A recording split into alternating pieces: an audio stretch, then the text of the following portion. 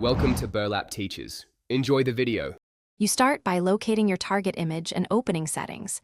This is the first actionable move. You must make sure the image is in Photos or Files so the system can access it. If the phone warns about storage, clear roughly 100 MB to avoid caching errors. Once done, open Wallpaper or Display in Settings and tap Choose New Wallpaper.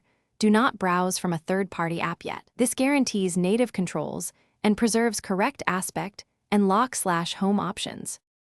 You now fine-tune, select still, perspective, or live depending on motion preference because each mode affects crop and battery. Use pinch to zoom and drag to position the focal point inside the safe area. This prevents faces or text from being cut off. Make sure perspective zoom is toggled off if you need a fixed image. Once aligned, tap Set and pick Home, Lock, or both. After applying, press the Home or Side button to verify alignment and motion behaves as chosen.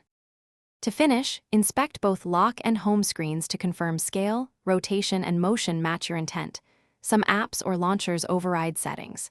If the wallpaper fails to apply, force close settings and reopen, then reselect and set the image again.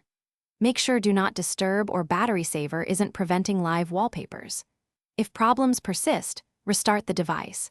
A reboot clears temporary UI cache and usually fixes stubborn display glitches. One key tip: restart before reattempting to apply. Thanks for watching. Consider subscribing if this video helped you.